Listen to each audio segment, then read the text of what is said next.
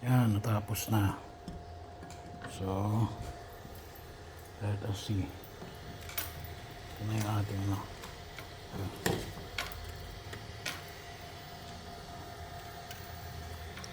So, ito ay parang na isang uri ng model. Tikas. Tikas.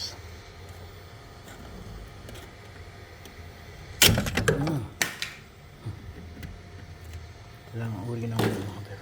Anger pa rin.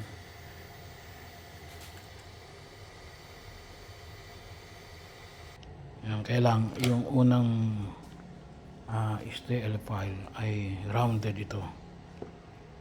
Pero hindi naman yun. Baka rounded siguro ito. So ito yung sample nito. Itong lagayan ng mga belt natin na yun sa pinakadulo. So halimbawa hanger,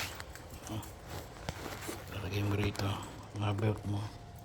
Tingnan natin kung kakasya. Kasya.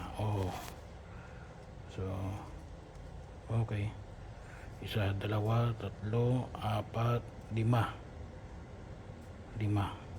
ito hindi pwede yun. Parang 5 belt, hindi ka naman siguro kuha ng mga 5 belt. Yan po mga kapatid, sample. Okay, tinitest mo kasi kung alin yung mga files na okay, ito rin yung mga hindi. Maraming salamat po.